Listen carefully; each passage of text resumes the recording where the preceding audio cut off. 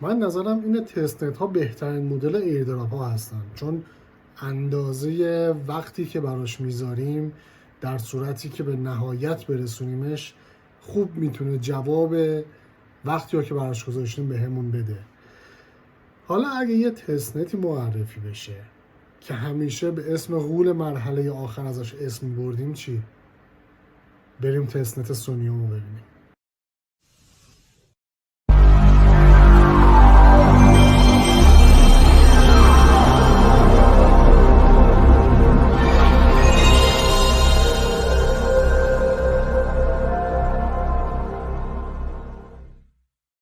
سلام، احسان هستم. به کریپتو دراپ خوش اومدین، جایی که فقط راجع به ایردراپ های رایگان و معتبر داریم صحبت میکنیم. اگه دوست دارید از همه اطلاعاتی که توی کانال ما هست استفاده بکنید، حتما توی تلگرام ما جوین بشین و کانال یوتیوب ما رو هم سابسکرایب بکنید. بچه‌ها امروز میخوایم راجع به پروژه سونیوم صحبت بکنیم، یک تستنت که از طرف شرکت معظم سونی راه اندازی شده، داره حمایت میشه و به نوعی میتونیم بگیم بلاکچین شرکت سونی هست. سونی همونجوری که میدونید غول تکنولوژی هستش. ما خاطرهای زیادی با بازی های پلی استیشن، از پلی استیشن 1 تا پلی استیشن هایی که داره میاد پشت سر هم دیگه داریم، و از طرفی محصولات صوتی و تصویری فوق‌العاده‌ای که هنوز هم حرف اولو تو خیلی از مسائل دارن میزنن.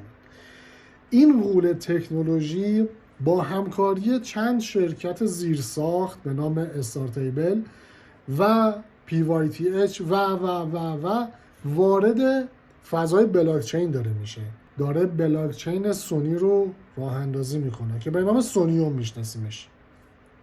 قبل از که بخوام راجع به تستنت و کار کردن روی تستنت و مراحلش و شرکت کردن توی ایردراپش صحبت بکنم، بهتره یه ذره واسه این که متوجه بشین عمق قضیه چقدر زیاده و چه پتانسیل قدرتی پشت این قضیه هست. بذارید یک مثال براتون بزنم. شما فرض بکنین توی یکی از بازی‌های ریس، بازی‌های مثل فرمول 1، مثل نید فور اسپید و ماشین بازی، توی پلی استیشن یک ماشین دارید، باید بازی بکنید، امتیاز جمع بکنید، بعضی وقتها باید گیفت کارت بخرید و اون ماشینتون رو آپدیت بکنید، سپرش رو آپدیت بکنید، موتورش رو آپدیت بکنید، رینگش رو آپدیت بکنید و تیونینگ بکنید ماشینتون رو برای اون بازی. حالا فکر بکنید شما همه این کارا رو توی بازی نید فور اسپید انجام دادین و قراره ببرینش ماشینتون رو توی یک بازی دیگه از مجموعه های پلی استیشن سونی و اونجا با بقیه رقابت بکنید. خیلی کار قشنگیه.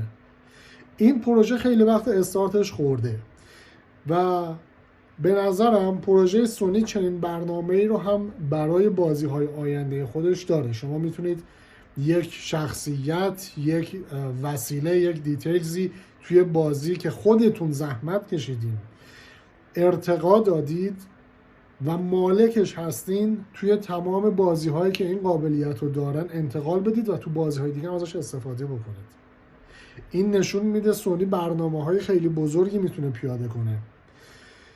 و مسائل مربوط به حوزه بلاکچین که شاید گفتنش توی این ویدیو زیاد جالب نباشه به خاطر اینکه دیگه بحث خیلی تخصصی جلو میره، از اونها چشم‌پوشی میکنم، ولی این وعده رو بهتون میدم چون سونی تقریبا همیشه داره خودش رو آپدیت میکنه. منظورم از سونی پروژه سونیوم هستش، چون داره همیشه خودش رو آپدیت میکنه از زمانی که اومده تو این یک ماه اخیر و شرکای تجاری بیشتری رو داره معرفی میکنه، واسطه های کاربری بیشتری رو داره معرفی میکنه که توی فضای بلاکچین بهش کمک میکنن. میتونم این وعده رو بهتون بدم که قراره به کمک این واسطه ها اتفاقات خیلی بزرگی رو رقم بزنه در حوزه بلاکچین و توی بازی هایی که قرار از این بعد ما از سونی توی کنسول های بعدی اون ببینیم و این تازه قدم اولش هست. خب حالا میریم روی تصویر و در ادامه با همدیگه مراحل وارد شدن به این ایردراپ رو بررسی میکنیم، با همدیگه انجام میدیم و سعی میکنم تا اونجایی که مقدور هست طوری بیان بکنم این مطالب رو برای دوستانی مخصوصا که جدید وارد این حوزه شدن و تا الان فقط با ربات‌های تلگرام داشتن کار میکردن، بتونن توی فضای بزرگتر و قشنگتر و پرمنفعتری وارد بشن و ادامه بدن و حضورشون رو توی سیستم های بلاکچین پررنگتر بکنن. میریم روی صفحه، ادامه رو روی صفحه با هم دیگه جلو میریم. خب بچه ها، این وبسایت سونیوم هستش. حالا نمیخوام وارد داکیومنت های وبسایت بشیم و زیاد راجعش صحبت بکنیم، چون اصلا هدفمون اینه که چرا آمدیم توی این ایردراپ و مراحل انجام ایردراپ رو با هم دیگه بررسی بکنیم. سونیوم یک لایه دوم اتریوم هستش. لایه دوم اتریوم یعنی چی؟ فرض بکنید شما دارید از شبکه اتریوم استفاده میکنید، شبکه اصلی اتریوم، اما این شبکه ترافیکش دیگه رفته بالا، خیلی شلوغ شده، گنجایش قبول کردن برنامه‌های دیگه‌ای رو شاید نداشته باشه. برای همین شبکه‌های دیگه‌ای به وجود میان که وابسته به شبکه اصلی اتریوم هستن، اما به عنوان لایه دوم مثل چی میمونه؟ مثل این میمونه که شبکه اتریوم رو یک خیابون در نظر بگیرید، یک خیابون شلوغ که الان توی این خیابون شلوغ یه سری از مشاغل دیگه نمیتونن فعالیت بکنن چون ظرفیت نداره این خیابون. برای همین میان روی یک خیابون پایینتر، یک خیابون بالاتر، بهش میگن لایه دوم. به موازات همون خیابون هستش، به موازات شبکه اصلی هستش، اما خلوت‌تره. هم سرعت رفت و آمد بالاتر میره و هم اینکه برنامه‌های مختلف میتونن بیان اونجا و کاسبی خودشون رو انجام بدن. لایه دوم ها اصولا برای این به وجود میاد و یکی دوتا هم نیست، ما لایه دوم های زیادی داریم، هم برای اتریوم هم برای بیت کوین که خارج از بحث الانمون هستش. به هر حال سونیوم یک لایه دوم اتریوم هست که از طرف شرکت عظیم سونی داره پشتیبانی میشه، حمایت میشه و چند پشتیبان و حامی توی فضای بلاکچین داره. به کمک یه شرکتی به نام استارتیبل اومده و داره فعالیت‌های خودش رو روی زیرساخت‌های بلاکچینی جلو میبره که البته این شرکای تجاری هر روز دارن بیشتر میشن. در حال سونی یکی از اون اسم‌هایی هستش توی دنیای فناوری، دنیای تکنولوژی که خیلی هم میخوان با سونی کار بکنن. برای همین حامیانش و کسانی که دوست دارن با سونی کار بکنن هر روز دارن بیشتر میشن. با اینا هم الان کاری نداریم، میخوایم ببینیم از کجا استارت بزنیم. همه اینا اوکی، همه اینا قبول، ما میخوایم وارد ایردراپش بشیم. توی این ایردراپ باید چی کار بکنیم، از کجا شروع بکنیم؟ خب اولین قدم اینه که ما وارد دیسکورد سونیوم بشیم. حالا اگه سوال میپرسید که دیسکورد چی هستش، دیسکورد بچه‌ها یک سوشال مدیا هست، یک شبکه اجتماعی هست. شما میتونید هم با دوستانتون خیلی راحت صحبت بکنید به صورت متنی، صوتی، تصویری، فیس تو فیس، به صورت هم به صورت وب اپلیکیشن و هم به صورت اپلیکیشن دسکتاپ و موبایل میتونید ازش استفاده بکنید و اکثرا پروژه های مختلف مثل خود سونیوم، مثل پروژه های دیگه که حالا هر وقت وارد این فضا شدید میتونید بقیه‌شون هم ببینید، میان اینجا یک پیجی برای خودشون درست میکنن، اصطلاحاً یک سروری برای خودشون در نظر میگیرن و توی اون سرور مستقیما با کاربرانشون در تماس هستن، میتونن اطلاعات معتبر رو اونجا به کاربرانشون برسونن. درباره کاربران هم مثل ما خیلی خوب هست، میدونیم خبر فیک، لینک اشتباه چیزی به دستمون نمیرسه وقتی که داریم از یک منبع معتبر که سرور همون پروژه هست اطلاعاتمون رو به دست میاریم. برای وارد شدن به این سرور که من لینکاشو براتون میذارم، شما اول باید وارد سرور ثانویه یا فرعی سونیوم بشین. وقتی وارد این سرور شدید بچه‌ها یه قسمتی داره به نام ویتینگ روم. اینجا توی ویتینگ روم شما باید با دیگران تعامل داشته باشید. نمیگم صحبت خاصی انجام باید بشه، نه، صحبت های یک کلمه ای رو قبول نمیکنه، ولی میتونید حالا احوال پرسی کنید، سوال بپرسید، اگه جواب سوالی ها میدونید که بقیه پرسیدن شما جواب بدین. و وقتی تعداد این پست ها و کامنت هایی که توی این سرور میذارید به عدد فکر میکنم 50 یا 60 برسه، شما اصطلاحاً به لول 4 میرسید. یعنی حدوداً هر 10-15 تا پیام شما یک لول ارتقا پیدا میکنید. وقتی که به لول 4 رسیدید، مثل این دوستمون که الان به لول 4 رسیده، یک گزینه برای شما فعال میشه که از اون گزینه شما میتونید وارد سرور اصلی سونیوم بشین. این گزینه جوین مین سرور براتون فعال میشه و از اینجا دیگه میتونید برید توی سرور اصلی سونیوم، جایی که لینک های معتبر اونجا هستن و اخبار و مطالب بروز برای این شبکه اونجا در اختیارتون قرار داده میشه. پس اینجا مثلا میایم صحبت میکنیم، سلام،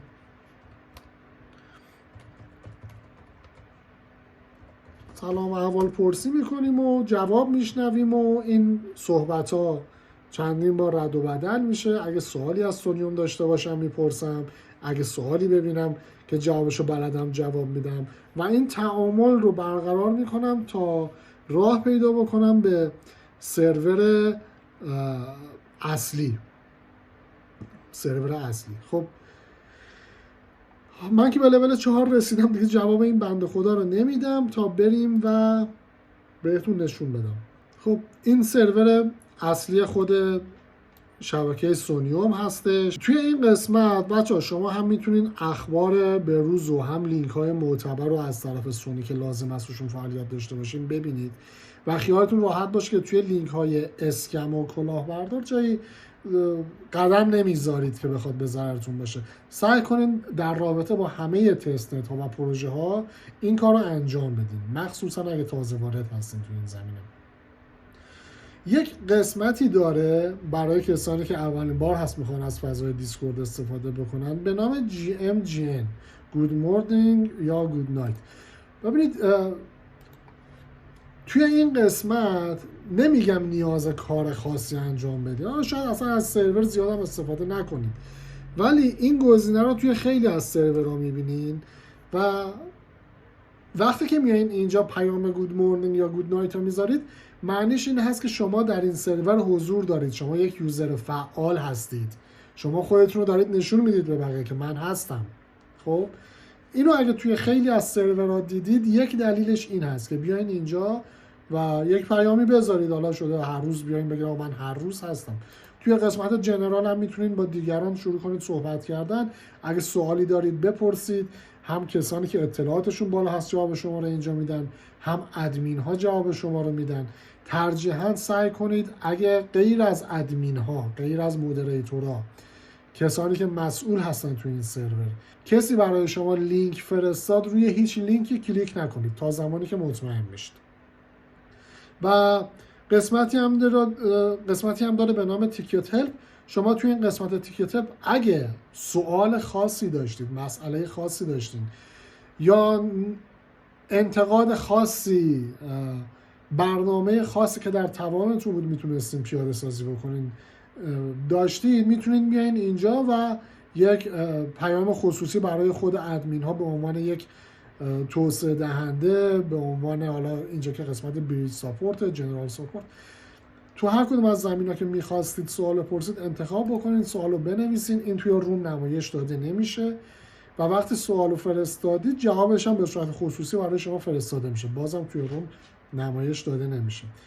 ولی یکی از قسمت‌های مهمی که الان ما باهاش کار داریم توی این قسمت یوزر FAQ، سوال و جوابا،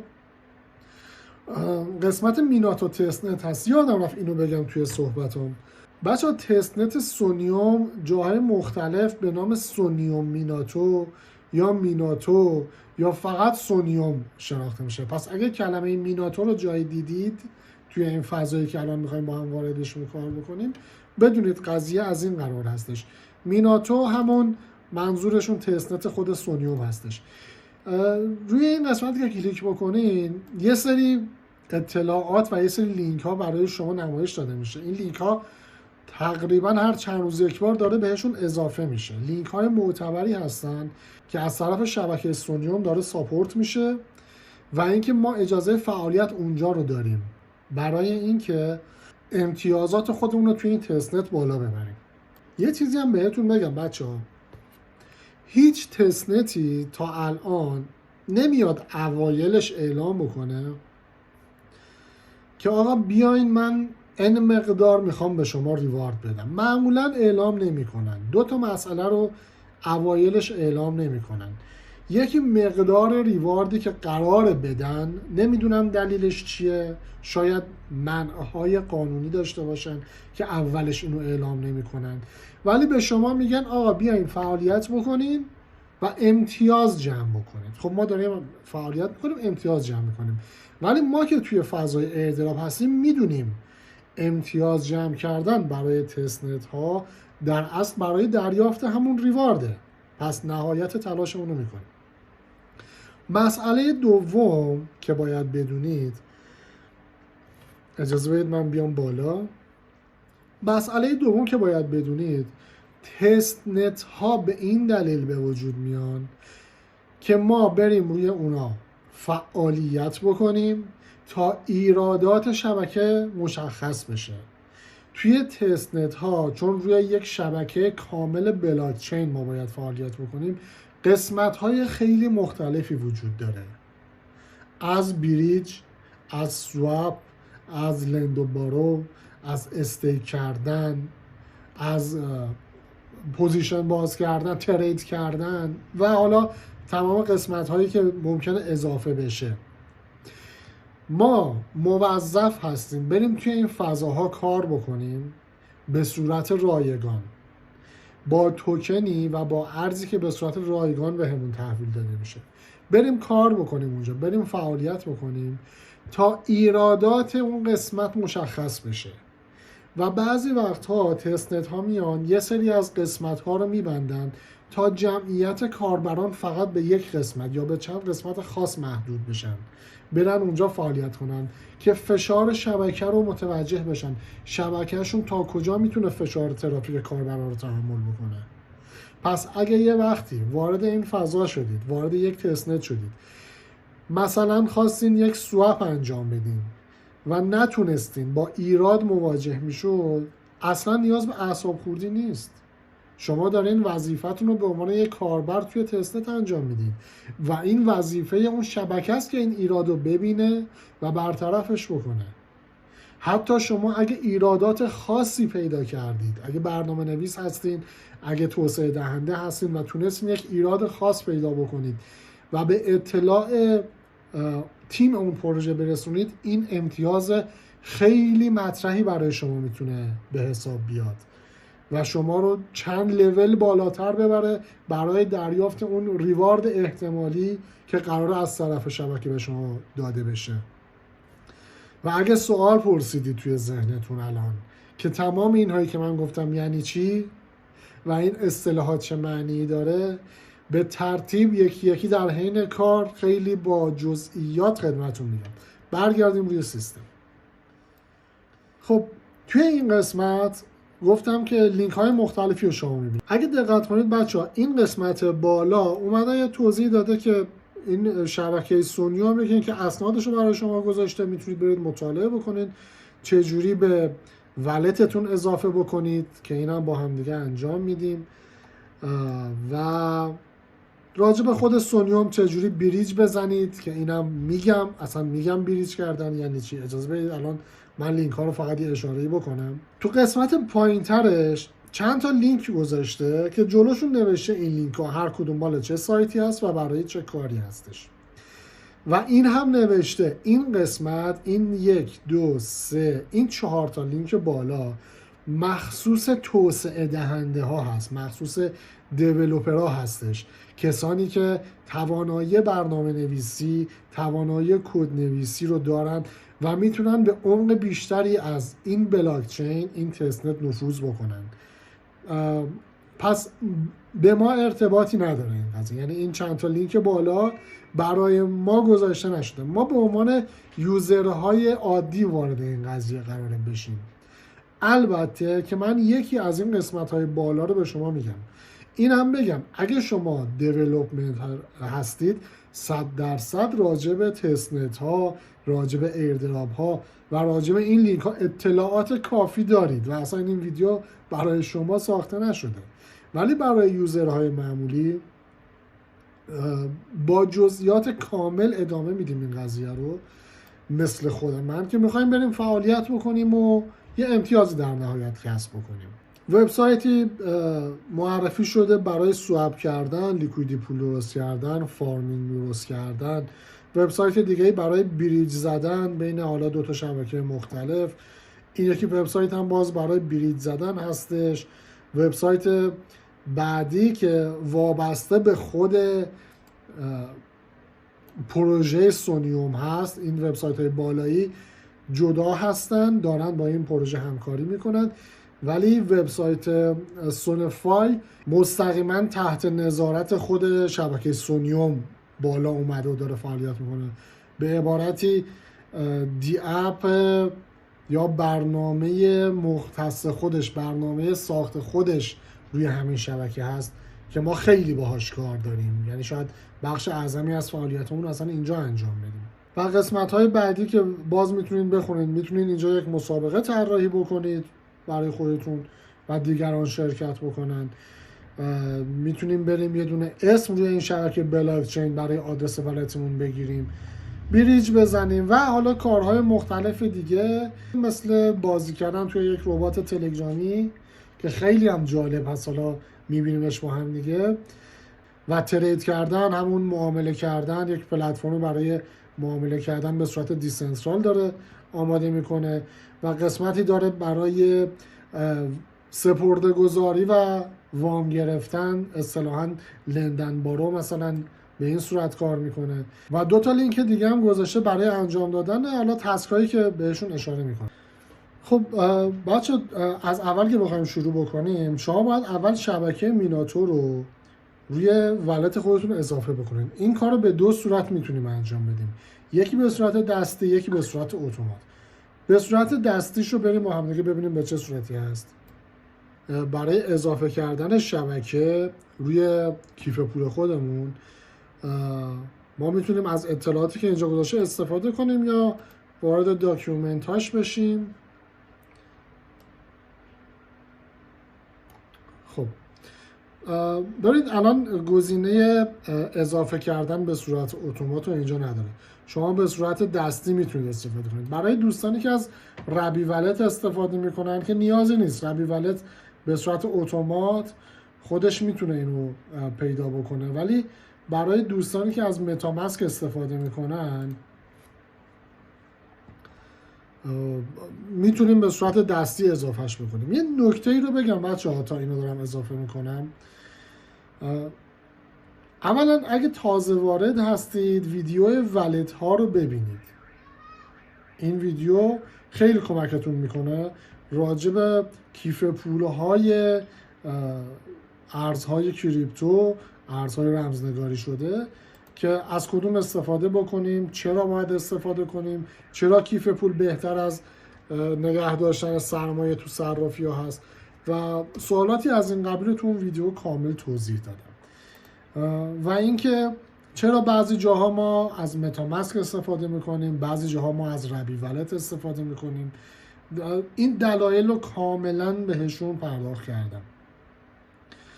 ولی بخوام اینجا یه اشاره‌ای بکنم برای بچه‌هایی که اون ویدیو رو دیدن و الان با این فضا آشنا هستن، اینکه درسته ربی ولت از نظر من هم از نظر سرعت و خیلی مباحث دیگه مزایایی داره که متاماسک نداره. خود من اکثر اوقات دارم از ربی ولت استفاده میکنم، اما به خاطر پروتکل هایی که وجود داره بین یک پروژه برای کانکت شدن به یک آدرس ولت اکثرا با متاماسک کانکت میشن، یعنی اون پروتکل های واسط برای رابطه کاربری اکثرا متاماسک رو میشناسن. بعضی از پروژه ها میگن متاماسک نه، فقط مثلا کیف پول های بیت کوین رو میشناسن، فقط یونیست رو میشناسن. یه جاهایی بجز متاماسک ما میتونیم با ربی ولت هم کار بکنیم که تعداد این پروژه هایی که دارن ربی رو ساپورت میکنن هر روز داره بیشتر میشه، به خاطر که میگم ربی ولت مزایایی داره الان که متاماسک فعلا نداره. ولی الان برای کسانی که ربی رو استفاده نمیکنن و متاماسک استفاده میکنن، شما میتونید وارد متاماسک خودتون بشین. قسمتی داره به نام اد نتورک. توی اد نتورک که وارد شدید بچه ها، یه قسمتی داره به نام اد نتورک منوال. ما به صورت منوال، به صورت دستی میخوایم الان این شبکه رو اضافه بکنیم. به چه صورتی؟ برمیگردم اینجا نوشته شده که نتورک میناتو، این مشخصات رو باید اونور وارد کنم. نتورک میناتو و HTTPS یا RPC اینجا هست. من این رو کپی میکنم. نتورک نیم که میناتو، RPC آدرس RPC، چین آیدیش 1946 و سیمبلش ETH. خودش اگه دقت کنید این پایین سیمبل ETH رو تشخیص داد. ETH و اکسپلورر جایی که همه تراکنشات قابل رصد کردن هستن. خب اکسپلورر رو اینجا نداره ولی توی دیسکوردش داره. این هم اکسپلوررش. البته نذاشتن اکسپلورر هیچ اهمیتی نداره. یک جا به درد میخوره که توی تراکنشات ما هیچ تأثیری نداره، ولی حالا میذاریمش. سیو سویچ تو میناتو. خب من الان شبکه میناتو رو اگه دقت بکنید اینجا اسمش رو اشتباه نوشتم، اینو متوجه نشدم، برم تصحیحش بکنم. این هم از تصحیحش. من البته قبلا روی این شبکه مقداری اتریوم واریز کردم که البته توکن رایگان هستش برای انجام دادن فعالیت هامون، که الان به شما میگم دقیقا باید چه کاری انجام بدیم. خب این مرحله اول اضافه کردن شبکه روی متاماسک. فعلا با متاماسک کاری نداریم. من متاماسکم هم غیر فعال میکنم برای اینکه تمام فعالیت های خودم رو میخوام با ربی ولت انجام بدم، ولی از اینجا به بعد هیچ تفاوتی نداره، فقط سرعت ربی ولت بالاتر هستش. میریم توی ادامه لینک هایی که وجود داشت. اگر به صورت اتومات خواستید اضافه کنین، تو قسمت سونیون بریج که وارد بشید توی این سایت،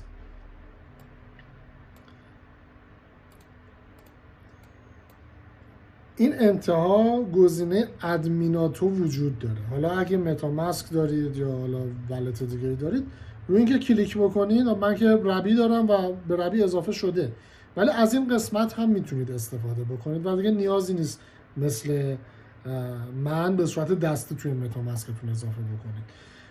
این دوتا حالت رو میتونید استفاده بکنید.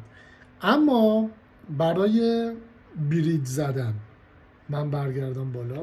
بچه‌ها بریج زدن به معنای پل زدن، اصلا واژه لغوی بریج یعنی پل.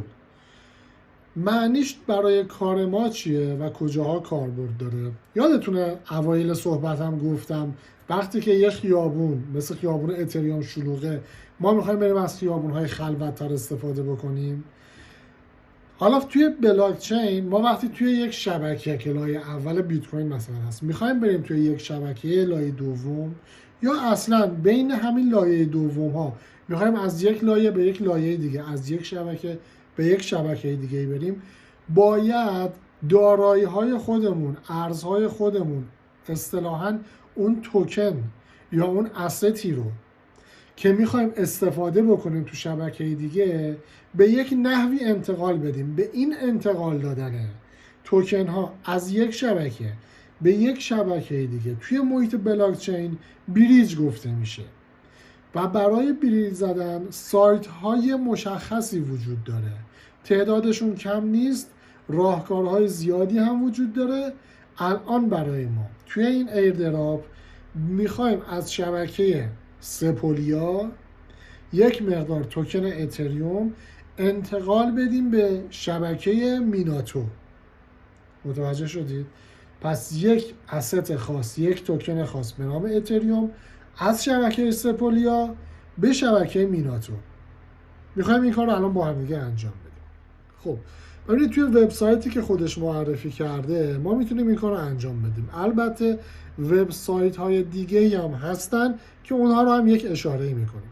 توی وبسایتی که زیر نظر خود سونیوم داره فعالیت میکنه و میتونیم این کار رو انجام بدیم، من میام نگاه میکنم، ولتمو متصل کردم، شبکه‌مو انتخاب کردم سپولیا. الان میخوام از شبکه سپولیا یک مقداری توکن اتریوم انتقال بدم به شبکه میناتو. بالانس من 1/27. من اینجا انتخاب میکنم 0/2، یعنی میخوام 0.2 اتریوم انتقال بدم به شبکه میناتو و ریویو دپازیت رو میزنم. اطلاعات رو به من میگه که 0.2 اتریوم روی این شبکه، روی این آدرس ولت، ولی از شبکه سپولیا به شبکه میناتو قرار انتقال پیدا کنه. حدود 3 دقیقه طول میکشه، ولی خب کمتر طول میکشه، یعنی این روالی که دارم انجام میدم و قبلا انجام دادم، کمتر از اینا طول میکشه. موقعی که ریویو رو زدم ولت من باز میشه. توی ولت مشخصات سایتی که دارم این کار روش انجام میدم، مشخصات شبکه سپولیا که یک توکن رایگان اتریوم من اونجا دارم و مقدار کارمزدی که قراره کم بشه رو واسه من نوشته. من تایید میکنم. خب تا این پول جابجا بشه من یک بریج دیگر هم به شما بگم. توی خود سرور دیسکوردش اگه برگردیم، لینک هایی که واسه یوزرهای معمولی گذاشته بود استفاده بکنن، 2 سایت دیگه هم بود، یکی سایت اولتو و یکی سایت اوربیتر. ما توی این 2 سایت هم میتونیم پول هامونو یا این اتریوممونو از شبکه سپولیا به شبکه میناتو انتقال بدیم. الان مثلا اولتو رو هم انتخاب میکنم. توی وبسایت اولتو شبکه مبدا رو انتخاب میکنم و در این قسمت شبکه مقصد توی تست نت شبکه میناتو اینجا هم انتخاب میشه. مقدار بالانس من رو نوشته و من 0.2 اتریوم هم اینجا میخوام انتخاب بدم که فکر کنم حساب قبلیم تایید شد. مجددا میام سند رو میزنم، دوباره توی ولت هم تایید میکنم. دقیقا همون مشخصات این بار توی سایت اولتو از شبکه سپولیا داره میکنه انجام میدم با همون کارمزد تقریبا. و در اینجا هم صبر میکنم تا تراکنش من به نتیجه بشینه و پولهای من از شبکه سپولیا بیاد رو شبکه میناتو. خب الان از سپولیا برداشت شد، این هم که تیک بخوره کامل فعالیت تمام شده. خب توی این قسمت بچه ها تراکنش تموم شدش، پولها انتقال پیدا کرده و میتونم برم شماره تراکنش رو سرچ بکنم و ببینم. اینا پولهایی هست که من توی این مدت انتقال دادم به شبکه سپولیا، یعنی بریج زدم، ببخشید از شبکه سپولیا به شبکه سونیوم بریج زدم. توی تست نت ها هر چقدر فعالیت ولت شما بیشتر باشه و امضاهایی که روی ولتتون میزنین توی اون شبکه تعدادش بالاتر باشه، امتیاز بیشتری برای شما محاسبه میشه. برای همین من الان توی همین سایت میام بخشی از اتریوم های شبکه میناتو رو این بار به سپولیا برمیگردونم. فرضاً اینجا توی بالانس من 2.8 اتریوم وجود داره، این بار میام 0.01 1/100 از اتریوم ها رو برمیگردونم، یعنی از شبکه میناتو بریج میزنم این دفعه به شبکه سپولیا. اینجا تایید میکنم و این مسیر برگشتش دوستان اعلام کرده که 60 دقیقه طول میکشه. دلیلش اینه شبکه میناتو تست نت هست. توی تست نت ها اون قدرت و سرعت مثل شبکه‌های دیگه وجود نداره، ولی بعداً این شکلی نیست، بعداً خیلی سریعتر اتفاق میفته موقعی که برم روی شبکه اصلی. خب این انجام شد، ولی فعلا تو مرحله پروسس هستش تا زمانی که تایید بشه و به اون حساب سپولیای من بشینه ممکنه یه مقدار زمان ببره، عجله‌ای هم براش نیست. خب توی اولتو هم فکر میکنم دیگه باید انجام شده باشه احتمالاً، که اینم الان فعلا باهاش دیگه کاری نداریم، فقط صرفا میخواستم شما ببینید که سایت های دیگه هم هستن. ولی این سوال حتما برای شما به وجود میاد که اوکی ما بریج میخوایم بزنیم، الان وارد سرور دیسکورد شدیم، قدم اول وارد سرور اصلی تونستیم بشیم، الان میخوایم بریج بزنیم، اصلا این اتریوم سپولیا رو از کجا بیاریم؟ خیلی نکته مهمی هست. چرا نکته مهمی هست؟ چون تقریبا تمام تستنت ها الان دارن از اتریوم سپولیا استفاده میکنن. شاید 80% تستنت ها از اتریوم سپولیا توی برنامه هاشون دارن استفاده میکنن و شما نیازه که همیشه یک مقدار اتریوم رو شبکه سپولیا داشته باشید به صورت رایگان که هر وقت نیاز داشتید مثل الان بتونید انتقال بدید به شبکه جدید و برید تسک ها رو انجام بدید، فعالیت هایی که لازمه رو انجام بدید. چند تا سایت رو بهتون معرفی میکنم بچه ها که لینکش هم براتون میذارم. ببینید وارد این سایت که بشید خودش اومده چندین منبع رو ذکر کرده. حالا یکی یکی منابع رو با هم ببینیم چی هستن. یه قسمتی وجود داره توی این قسمت. ببینید این قسمت اول سپولیا رو میتونید اینجا تغییر بدید، میتونید رو شبکه هال اسکای برید این کار رو انجام بدید. خب ما الان هال اسکای نیاز نداریم، یعنی اون تستنتی که مد نظرمونه سپولیا رو قبول میکنه. خب توی منبع اول یا سایت اولی که معرفی کرده بچه اینجا شما میتونید اتریوم سپولیا رو اصطلاحاً ماین بکنید، یعنی استخراج بکنید و برای این کار از سخت افزار دستگاه شما داره استفاده میشه، از جی پی یو لپتاپ یا موبایلتون قرار استفاده بشه. برای موبایل که اصلا پیشنهاد نمیدم چون حرارت جی پی یوتون میره بالا، ولی زمانهایی که استفاده خاصی از کامپیوترتون ندارین میتونین وارد این سایت بشین، آدرس ولتتون رو کپی بکنید و توی این قسمت پیست بکنید. البته الان کپچاش لود نمیشه که من بهتون مرحله بعدیشو نشون بدم.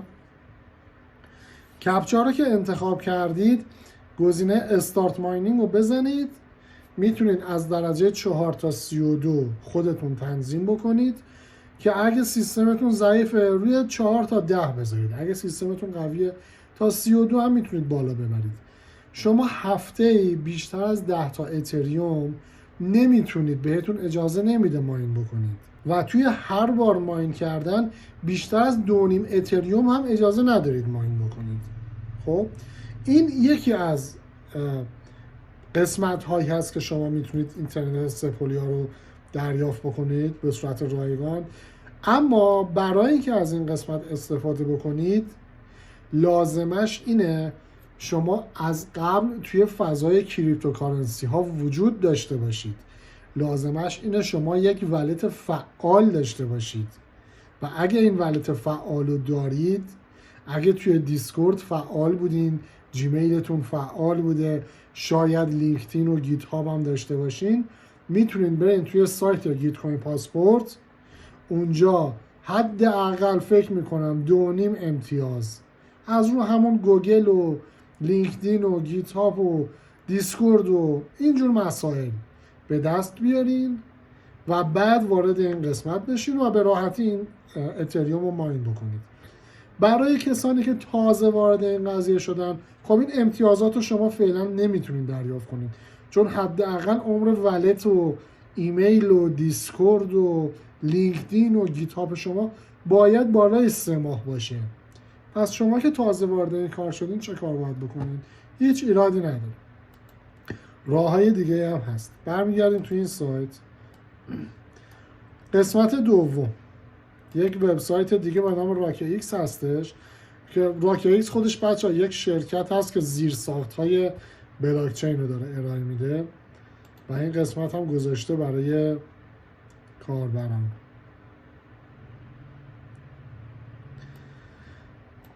باید برای بیاید اینجا ثبت نام بکنین، ساین اپ بکنید، کانکت والت بهش بزنید، معادل 500 اتریوم بهتون میده، یه دونه ریتوییت بزنید براش، باز به شما 1/10 میده و یک سری از این کارها رو که انجام بدین نوشته عضو دیسکوردش بشید، یه سری فعالیت‌های دیگر رو بعد از ثبت نام توی همین وبسایت انجام بدید، به ازای هر فعالیتی که انجام بدید یه مقدار به شما از این اتریوم میده. اگه این هم براتون سخته بازم مشکلی نداره، سایت های دیگه ای هستن مثل این سایت و مثل این سایت و حتی این سایت بالاییش، اینها هم به شما بدون زحمت اتریوم میدن. اما برای دریافت اتریوم از این وبسایت ها، از این 3 تا وبسایتی که الان براتون دارم باز میکنم، شما لازم هست که مبلغی معادل 0.201 اتریوم واقعی رو شبکه اتریوم داشته باشین. در زمانی که این فیلمو دارم رکورد میکنم یه چیزی نزدیک $2.5 یه چیزی نزدیک $2.5 اتریوم واقعی رو شبکه خود اتریوم باید داشته باشید. چرا؟ برای اینکه ولت شما ربات نباشه، یعنی تشخیص بدن که این ولت یک ولت حقیقی هست، متعلق به یک شخص حقیقی است و ربات پشت سر این قضیه وجود نداره. اینجا هم ذکر کرده البته که شما باید توی ولتتون این مقدار اتریوم موجود باشه که اگه این مقدار اتریوم موجود باشه میتونید از تمام این وبسایت ها که معرفی کردم دوباره اتریوم دریافت کنید. به چه صورتی؟ مثلا من میخوام از اینجا اتریوم دریافت بکنم، میام کانکت والت رو میزنم، چون از قبل من اینجا ثبت نام کرده بودم آدرس من رو شناسایی کرد، انتخاب میکنم که اتریوم میخوام، توکن اتریوم روی شبکه سپولیا و معادل 0.201 اتریوم هم توی شبکه اصلی اتریوم دارم. کانتینیو که میاد اینجا یک پیام به من میده، به من میگه اگه گزینه جنریت توییت رو بزنم و براش یک توییت توی توییتر ارسال بکنم به این صورت تبلیغاتی، این توییت رو خودش واسه من آماده کرده، میگه اینو واسه من توییت کن و لینک توییت تو واسه من بیا اینجا پیست کن. اگه این کار رو انجام بدی بهت 1/10 اتریوم میدم، اگه این کار انجام ندی به تو 500 یعنی نصف مبلغ قبلی اتریوم میدم. و من حالا توییت نزدم میگم 500. خب من توی این 12 ساعت قبلی گرفته بودم متاسفانه از اینجا بهم نشون نمیده، ولی مراحلش به همین صورته. این کارم میخواید انجام ندین، یه کار راحت تر بهتون میگم انجام بدین.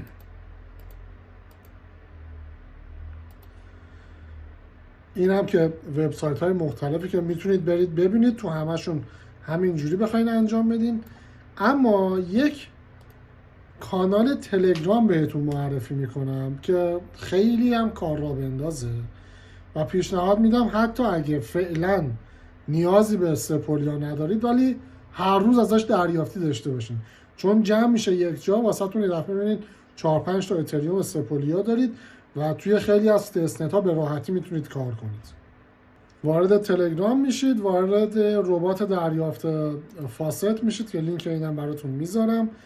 موقعی که استارت رو بزنید یک منو برای شما باز میشه از توکن های مختلفی که شما هر 24 ساعت یک بار میتونید از این ربات دریافت بکنید.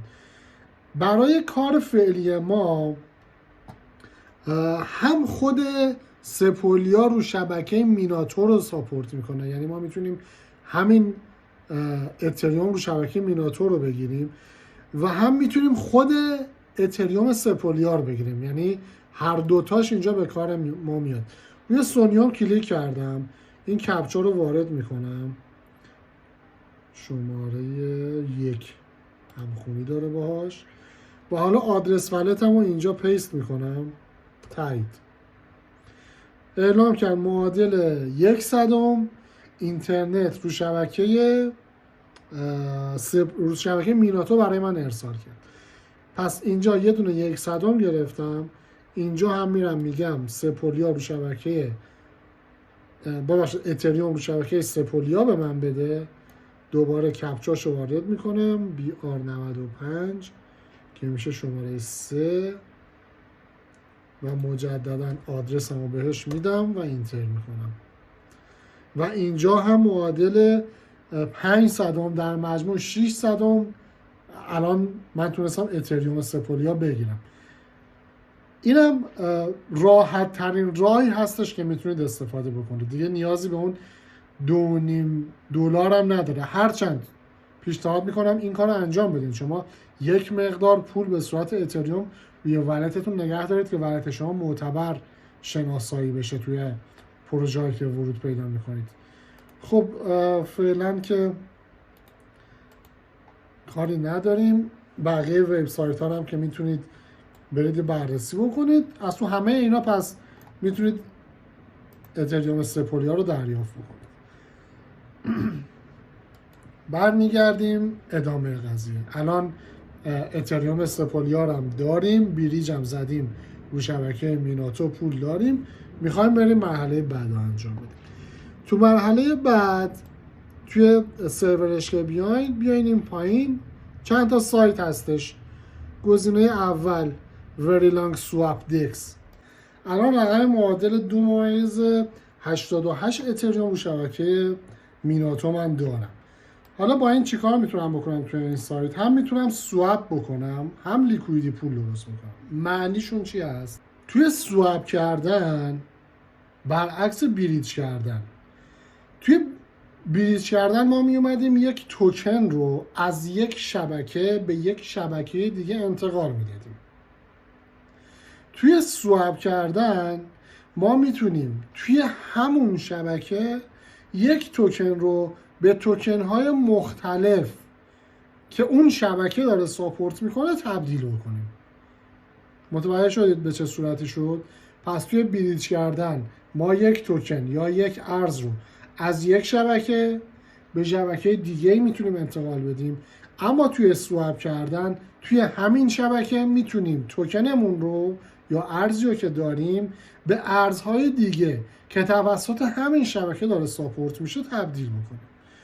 الان برای سواب کردن از این اتریوم که واریز کردیم اینجا، بریج کردیم اینجا، من یه چیز معادل 0.201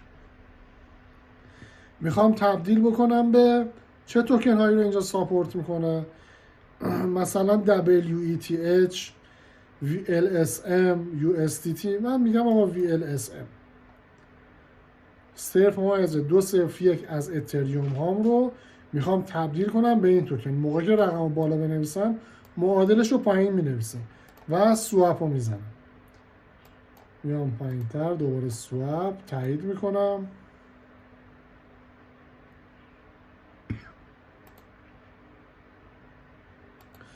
این دقیقاً جزو اون ایراداتی بودش که گفتم توی تست نت ها به وجود میاد. شبکه بعضی وقتها قطع میشه، نباید انتظار داشته باشی که توی تست نت همه چی همیشه عالی پیش بره. یه ارز دیگر رو انتخاب کردم، USDT. خب USDT رو قبول کرد. با اینکه قبلا اون توکن رو هم گرفته بودم و سواب کرده بودم روش و موجودی داشتم، اما الان قطع بودش. ببینید عرض کردم دیگه، تست نت اصلا برای همین به وجود میاد که فشار شبکه رو توی ترافیک های مختلف امتحان بکنن، ببینن تا کجا تحمل داره این شبکه. خب میتونم به یه توکن دیگه، مثلا به USDC، این دفعه 0.202 به USDC سواب. این پایین سواب نوشته، سواب.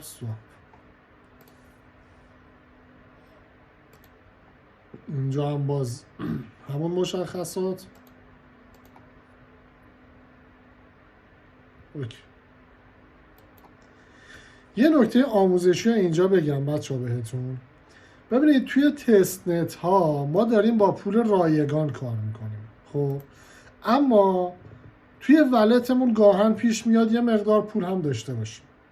اول این نکته رو بهتون بگم، شما برای انجام دادن فعالیت های بدین شکل، یعنی فعالیت هایی که باید برید وارد یک محیط جدیدی توی بلاکچین بشین، به سایت های جدیدی وصل بشید و به صورت تست هم هستن این سایت ها، ممکنه این سایت ها یه سری ایرادات کاربری، رابط کاربری، نرم افزاری داشته باشه و حتی ممکنه از نظر امنیت در درجه خیلی بالایی هم نباشن، چون اصلا پولی روی اینها هنوز نرفته.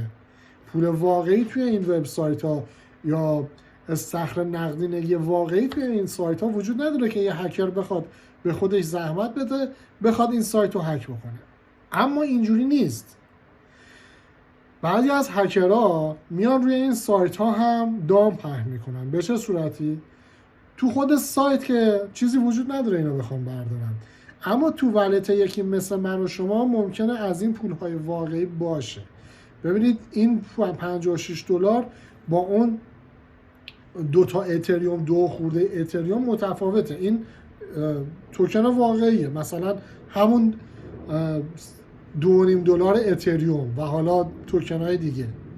خب شما موقعی که میخواید وارد این فضا بشین یک ولت مختص این فضا داشته باشید و همیشه با همون ولت کار بکنید و هیچ وقت سرمایه اصلیتون توی این ولت نباید باشه. این جزء مهمترین نکاتی است که باید در نظر بگیرید.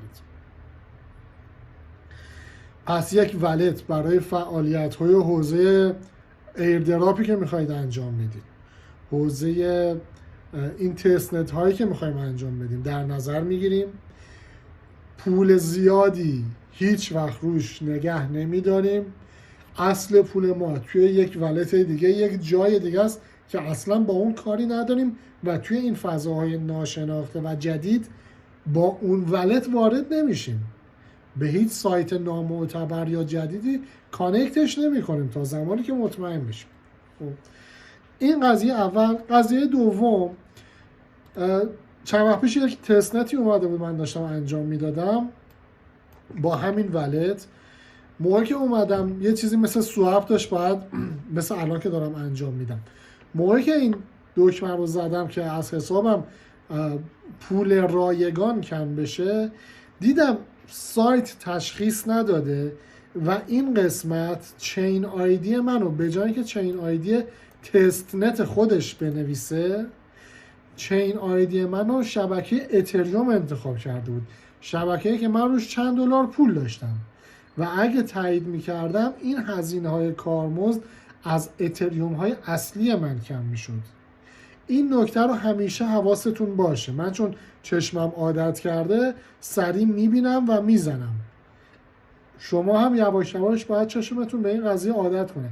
وقتی تو این سایت دارید فعالیت میکنید و قرار از ولتتون پول رایگانی کم بشه یا هزینه کارمزدی از اون پول رایگانه کسر بشه، حواستون باشه که این شبکه‌ای که این بالا نوشته شده باید شبکه تست نت باشه، نباید شبکه اصلی باشه.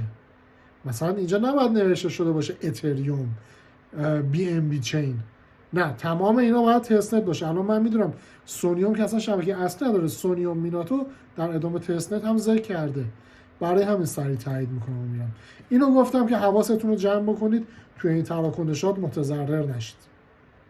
خب این از بحث سواب کردن. حالا سواب دوم منو قبول نکردش، برگشت بود. بحث دیگه وجود داره به نام لیکویدی پول. حالا لیکویدی پول یا LP چی هستش؟ ببینید بچه‌ها، تمام یوزرهای فعال روی بلاکچین مثل همین کاری که من الان کردم، وقتی میخوان یک توکنی رو از توکن A به توکن B تبدیل بکنن، ببینید بحثم بریج زدن نبوده، الان راجع به بحث لیکویدی پولش داریم صحبت میکنیم توی یک شبکه. موقعی که میخوان این کار رو انجام بدن یا کاری که من الان انجام بدم، اتریوم های خودم رو دادم به سایت و در مقابلش از اون سایت USDT دریافت کردم. خب این سایت یک سری واسطه ها رو تعیین میکنه برای اینکه من و شما یا دیگران بتونن بهش وصل بشن و توی این واسطه ها به نام استخر نقدینگی پولهاشون رو دپازیت بکنن، سرمایه بذارن اونجا. شما میتونید بیاین توی لیکویدی پول یا استخر نقدینگی بگید که من میخوام یک استخر نقدینگی درست بکنم. خب توی استخر نقدینگی میتونم انتخاب بکنم میخوام هر یک مقدار اتریوم بذارم، یک مقدار USDC، یا من انتخاب میکنم USDT چون الان USDT گرفتم. یک مقدار اتریوم بذارم، یک مقدار USDT. برای چه کاری؟ من این استخر نقدینگی رو تامینش میکنم. فقط من نیستم، یوزرهای خیلی زیادی هستن، همه اتریوم ها و USDT هاشون رو توی این استخر قرار میدن. حالا یک شخص سومی میاد کاریو که من مرحله قبل کردم انجام میده، یعنی اتریوم واریز میکنه به اون استخر و USDT دریافت میکنه از اون استخر و این بالانس توی اون استخر همیشه باید برقرار بشه. شخص دیگه ای میاد USDT واریز میکنه و اتریوم دریافت میکنه. سود کسایی که اومدن این استخر نقدینگی رو تامین کردن از همون کارمزدهای کوچیکی که از روی ولت دیگران کسر میشه برای انجام سواب کردن پرداخت میشه. اصلا این قضیه که دارم به شما میگم توی فضای اصلی بلاکچین، اگه رفتین بعد از این تستنت ها با پول اصلی توی فضای اصلی بلاکچین، شما به عنوان یک شغل میتونید برید استخرهای نقدینگی معتبر رو پیدا بکنید با مدیریت مالی که خودش یک پروسه داره، یک آموزش داره. توکن های خودتون رو انتخاب بکنین، جفت توکن های خودتون رو، مثلا اتریوم در برابر USDT، USDC در برابر USDT، اتریوم در برابر BNB، جفت توکن خودتون رو انتخاب بکنین، اون استخر نقدینگی رو تامین بکنین و هر کس میخواست از این جفت توکن نقل و انتقالی داشته باشه و از اون استخر و اون سایت شما استفاده بکنه، از اون سود حاصل کارمزدهایی که جمع آوری میشه بخشی به شما تعلق میگیره و بعضی وقتها این بخش ها، این سودها واقعا چشمگیره. بعضی از دوستان دارن رقم های فوق العاده خوبی از این قضیه کسب میکنن. خب حالا من میام اینجا توی یک بازه قیمتی مشخص، مثلا یک بازه 5%، هرچی این بازه کوچیکتر باشه سود شما بیشتر میشه. البته میگم فعلا توی تستنت هستیم، این سودها سودهای واقعی نیست. میام روی 5% یا بیشترش میکنیم روی 20%، فاصله قیمتی 20%. و حالا میام اینجا معادل صرف ممیز 202 اتریوم که خودش میاد معادل سازی میکنه که در برابر 2000 اتریوم چه مقدار باید دلار هم یا USDT هم بذارم، خودش اینو مینویسه، تاییدش میکنم. منتها من این مقدار USDT ندارم توی حسابم، اینو کمترش میکنم، 201 میکنم. خب enable USDT. enable USDT یعنی چی بچه‌ها؟ الان میاد به ولت من وصل میشه، ببینه من انقدر USDT رو میتونم تامین بکنم یا نه، از من تاییدیه‌اش رو میگیره اینجا. خب منتظرم تاییدش بکنه. USDT رو هم تایید کرد واسه من و حالا اد رو میزنم. اینجا داره به من میگه شما 0.201 اتریوم در برابر 4 خورده USDT توی این بازه قیمتی گذاشتید که هر کسی اتریوم داد USDT بگیره به شما سود برسه، یا برعکس اگر قیمت از این کمتر بشه یا از این بیشتر بشه اون موقع است که اصطلاحاً من از این استخر نقدینگی با حالا اون شرایط و ضوابط خودش میافتم بیرون و اینجا تایید میکنم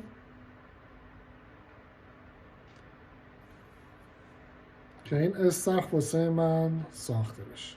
یعنی استخر که واسه من ساخته نمیشه، من پولم وارد این استخر میشه.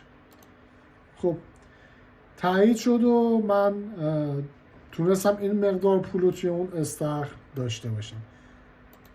فقط چون این تست نت هست نمیدونم که سود من رو اینجا کجا نشون میده. آیا جایی تعریف شده برای نشون دادن سود یا هنوز نه که من الان اینجا نمیبینم. شاید تو مراحل بعدی مشخص بشه واسم. به هر حال از این سایت هم گذر میکنیم. برمیگردم توی سرور. سایت بعدی سایت اولتو و سایت اوربیتر که کار بریج باید باشون انجام میدادیم، قبلا راجع بهشون صحبت کردیم. اوربیتر هم دقیقا مثل اولتو هستش. سایت سونفای، بچه این سایت سونفای گفتم این زیر نظر خود سونیومه، یعنی اصلا دی اپ مخصوص خودشه. خب توی این سایت ما میتونیم سواب درست بکنیم. این پرپی که اینجا هنوز فعال نشده، یعنی ما میتونیم وارد معاملات پرپژوال یا وارد بحث ترید کردن بشیم که هنوز اینجا غیر فعاله. قسمت پولز همون لیکویدی پول ها هستن. این قسمت پولز منظورش استخرها هستش، همون استخرهای نقدینگی. قسمت ارن که هنوز فعال نشده، سود حاصل از این پولز ها رو ما میتونیم از این استخرهای نقدینگی یا همون لیکویدی پول ها رو میتونیم اینجا ببینیم که تو سایت قبلی هم هنوز نشون نمیداد، اینجا هم هنوز نشون نمیده، هنوز کامینگ سونه. و قسمتی واسه فاست هم داره. بچه فاست به معنای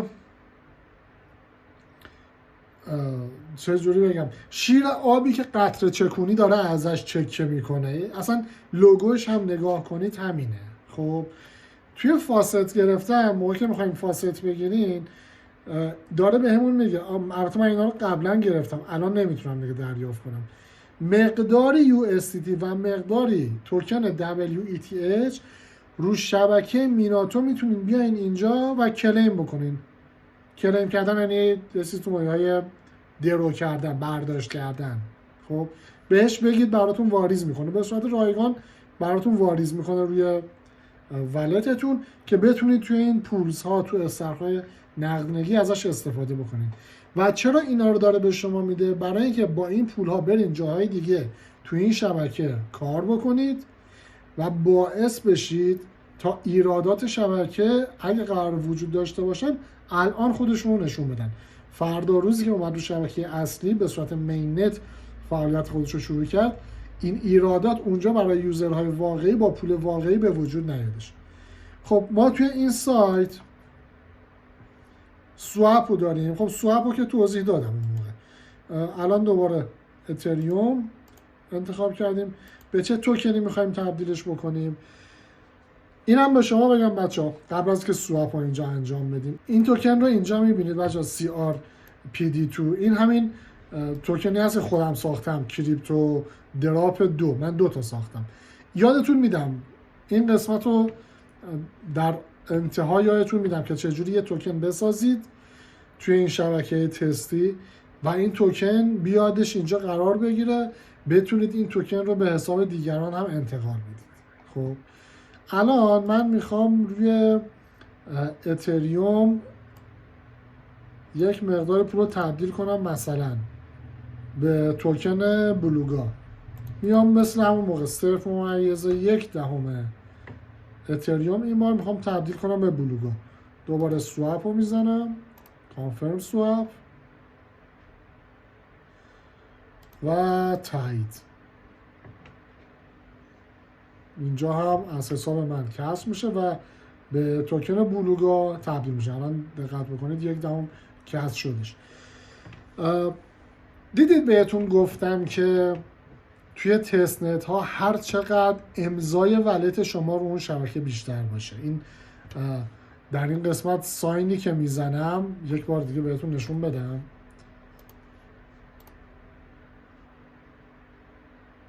این ساین به معنی امضا. این ساینی که میزنم، امضای دیجیتالی که میزنم و تاییدش هم میکنم، در 2 مرحله روی ولت میشینه، ببخشید روی اون شبکه بلاکچین میشینه و نشون میده ولت شما تو چه قسمت هایی رفته و چه مقدار فعالیت داشته. الان بذارید ببینیم ولت من چقدر فعالیت داشته. برمیگردم توی سرور و لینک اکسپلورر، جایی که تراکنشات رو میتونم به وضوح ببینم. من برای اینکه تراکنشات ولت خودم رو ببینم آدرس ولت خودم رو اینجا پیست میکنم، تایید. من اینجا آدرس ولت رو پیست کردم. داره اعلام میکنه که 2.76 اتریوم موجودی اتریوم من روی این شبکه هستش. تعداد توکن هایی که دارم 33 تا توکنه، کریپتو دراپ 2، کریپتو دراپ پی و این توکن های دیگه که همه رو توی سواب کردن، یعنی اتریوم دادم این توکن ها رو دریافت کردم. خب 33 تا توکن با موجودیشون، با مقداری که ازشون دارم مشخصه. تعداد تراکنشات کلی من 568 تا هست. 568 تا تراکنش داشتم. 565 تاش تراکنش های داخل شبکه‌ایه. خب یعنی تو خود شبکه جابجا کردم. 568 تا بریج ها هم شامل شد، یعنی از یک شبکه دیگه 3 بار بریج داشتم به شبکه میناتو و 565 تا هم که تراکنشات داخلی من هستش. ببینید بچه ها توی تست نت ها، بذارید من بیام بالا، این بحث جالبیه لازم بدونید. ما توی تست نت ها میتونیم انواع و اقسام تراکنشات رو بدون مشکل تو فضاهای مختلف انجام بدیم، اما روی شبکه‌های اصلی ما نمیتونیم به این راحتی ها تراکنش زیاد داشته باشیم. چرا؟ متاسفانه اینی که دارم میگم یک باگ توی فضای بلاکچینه که الان بعد از 14-15 سال که از پیدایش بیت کوین گذشته، چند سالی هست شروع شده این قضیه که واسطه های مرکزی باید از این فضای غیر متمرکز حذف بشن. واسطه های متمرکز آفت جون این فضای غیر متمرکز هستن. واسطه های متمرکز مثل تمام سایت ها و دی اپ ها، اونهایی که به صورت متمرکز دارن البته کار میکنن. ما داریم دی اپ هایی رو که رو شبکه های جدید مثل شبکه تایکو کاملا غیر متمرکزن. نه همشون، بعضیشون کاملا غیر متمرکزن. وقتی که یک واسطه متمرکز وسط باشه، هکرها میتونن به اون حمله بکنن. حتما شنیدین از صرافی‌ها چقدر دزدی میشه، هکشون میکنن چون صرافی‌ها متمرکزن، یا یک سری سایت های بریج به مشکل میخورن برای اینکه متمرکزن. حالا این قضیه، این باگ که به هر حال توی چند سال آینده برطرف میشه و یک تستنت به زودی میاد، ماه دیگه امیدوارم معرفیش بکنم که اصلا داره این قضیه رو برطرف میکنه. یعنی ما بخوایم بریج بزنیم یا پول بزنیم دیگه نمیایم از یک سایت متمرکز استفاده بکنیم و این کار به صورت غیر متمرکز توی بلاکچین واسه ما انجام میشه. توی حالت عادی ما نمیتونیم بریم روی یک سایت پشت سر هم 100 تا مثلا تراکنش بزنیم که سواب انجام بدیم یا بریج انجام بدیم. چرا؟ حملاتی وجود داره به نام حملات هانتر یا سیبیل که هکرها میان از اون استفاده میکنن و یک سایت متمرکز رو هدف قرار میدن. انقدر تراکنشات زیاد و مختلف از ولت‌های مختلف ولی همزمان و پشت سر هم، یعنی از یک ولت پشت سر هم و به صورت خیلی زیاد از ولت‌های مختلف، انجام میدن تا سایت دچار اختلال بشه و هکر از اون اختلال بخواد استفاده بکنه و اون حملات سیبیل خودش رو انجام بده تا بتونه به استخرهای اون سایت متمرکز دسترسی پیدا کنه. تو این مواقع این حمله سیبیل هست و ولت هایی که دارن این کارو میکنن ولت های هانتر هستن یا شکارچی. خب پس اگه جای شنیدید ولتی هانتر شناخته شده یا حملات سیبل جای انجام شده، منظور از این قضیه هستش. ما توی فضای واقعی شبکه ها نمیتونیم این کار رو انجام بدیم و اگه بخوایم به مدت طولانی این کار رو انجام بدیم، ولت ما به عنوان یک ولت هانتر برچسب میخوره و اگه این برچسب روش بخوره ممکنه ما توی یک سایت دیگه، یک پروژه دیگه، جای دیگه بریم و ولت ما رو قبول نکنه، بگه شما برچسب هانتر خوردی، به شما خدمات نمیدیم، با یه ولت دیگه بیا. اما این قضیه توی تستنت ها متفاوته.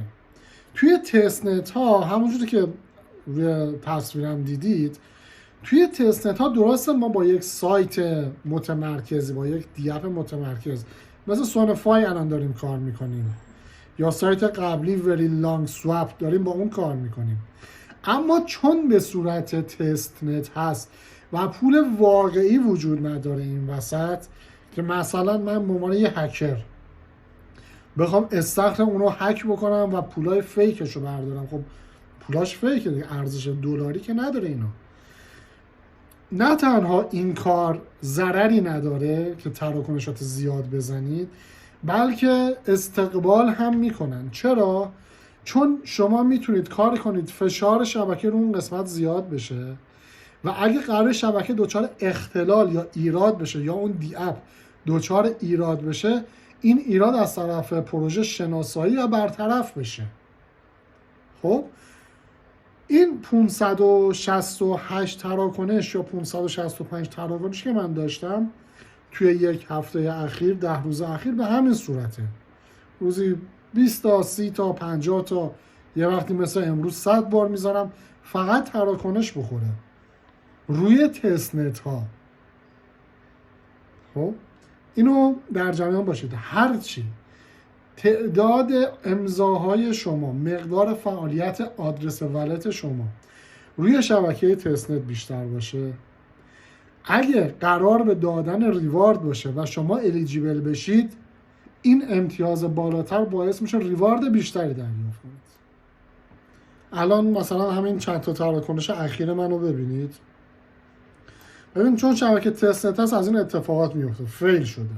خب یکی از تراکنشامون این اپرو شده، این هم که تایید شده، این سواب بوده آخریه، قبلیش بریج بوده که با هم دیگه بریج رو زدیم تو این 53 دقیقه پیش.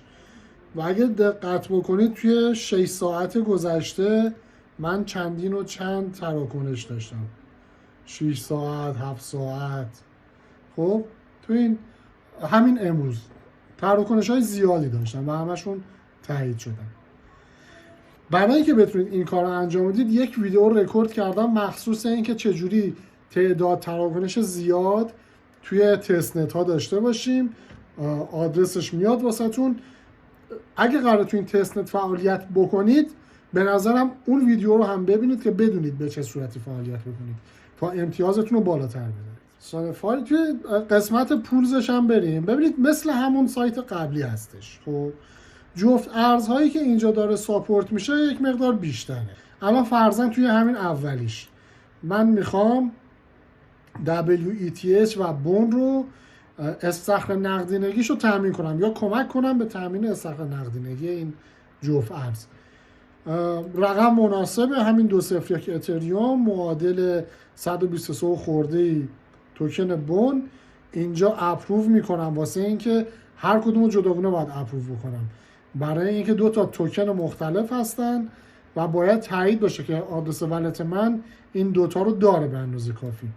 اولی رو تایید میکنم، دومی رو هم تایید میکنم بون رو.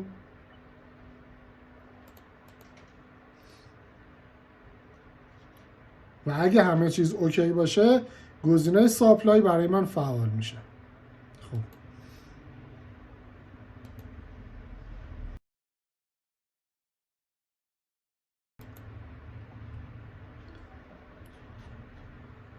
خب این استخر نقدینگی اینجا به واسطه کمک من هم یه مقدار پرتر شدش و اگه کسی بخواد بیاد WETH رو به بون توی این قسمت سواب بکنه، از کارمزدایی که داره پرداخت میکنه 1% هم به من میرسه توی اون باز قیمتی خاصی که حالا ما دیگه سریع ازش رد شدیم و مشخص بود. پس تا اینجای کار ما با چه نکاتی مواجه شدیم؟ متوجه شدیم که دیسکورد چی هست. روی صحبت من الان با تازه واردینه. متوجه شدیم دیسکورد چی هست. متوجه شدیم پروژه های تست نت چی هستن و چرا دارن فعالیت میکنن. متوجه شدیم بریج زدن یا پل زدن یعنی چی. متوجه شدیم چرا لایه اول وجود داره و لایه دوم هم در کنارش هست. متوجه شدیم سواب کردن یعنی چی. متوجه شدیم استخر نقدینگی یا لیکویدی پول درست کردن یعنی چی. و از الان به بعد شما میتونید این اصطلاحات رو هر جا توی این تست نت دیدید به راحتی انجامشون بدید.